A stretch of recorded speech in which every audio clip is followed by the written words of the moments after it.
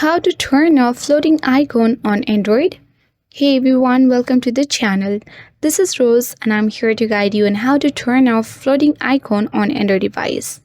Watch the video till the end, and without any further ado, let's dive right into the video.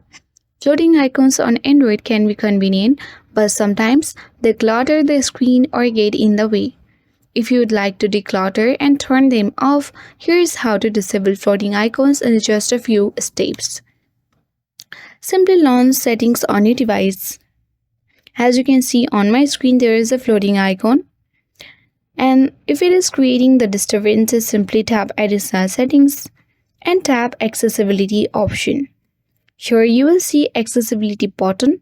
Select that and you will also see the location which is currently set to floating button.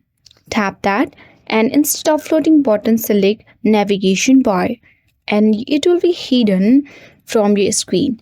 But at the bottom right corner of the screen, you will see a small person-like icon which work as a floating icon. So that is how we can turn off floating icon on Android device. Hope this video helped you. If you are new to our channel, hit the like button and subscribe. Thank you for watching. See you in the next video.